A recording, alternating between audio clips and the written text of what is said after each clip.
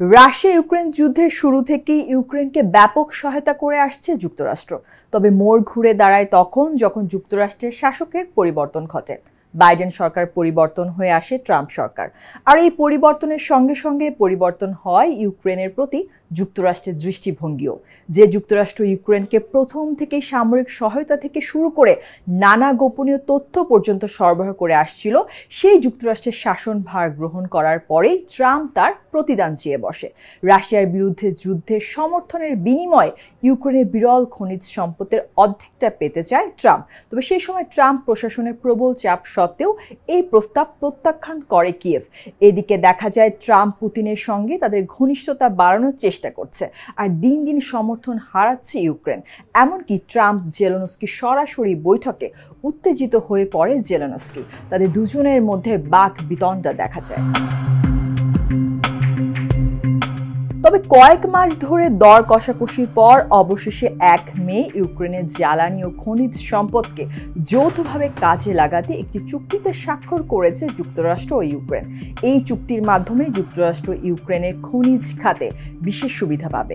এখান থেকে ইউক্রেনের যুদ্ধ বিধ্বস্ত অর্থনীতি পুনর্গঠনে বিনিয়োগ করবে যুক্তরাষ্ট্র।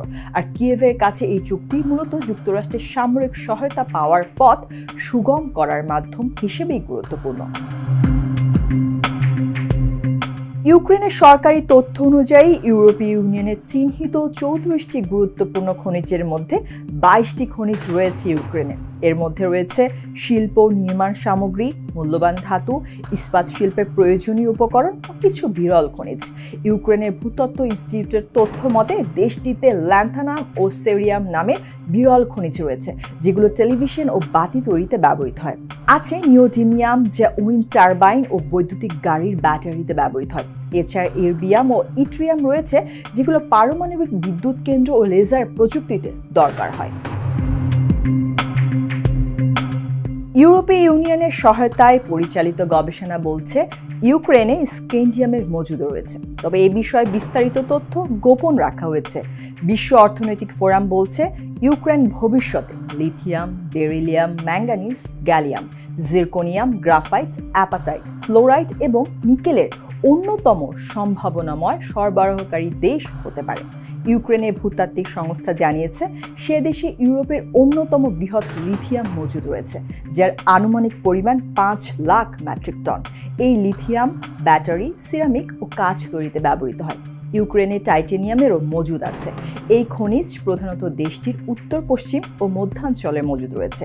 লিথিয়াম পাওয়া যায় মধ্য, পূর্ব ও দক্ষিণ পূর্বাঞ্চলে। ইউক্রেনে প্রচুর পরিমাণে গ্রাফাইট রয়েছে, যে বৈদ্যুতিক গাড়ির ব্যাটারি ও পারমাণবিক চুল্লিতে ব্যবহৃত হয়। বিশ্বে গ্রাফাইটের মোট মজুদের প্রায় 20% রয়েছে ইউক্রেনে। এই খনিজের মজুদ দেশটির মধ্য ও পশ্চিমাঞ্চলে। ইউক্রেনে কয়লারও উল্লেখযোগ্য পরিমাণ মজুদ আছে, তবে দেশটির কয়লার বড় অংশ এখন রাশিয়ার দখলে চলে গেছে।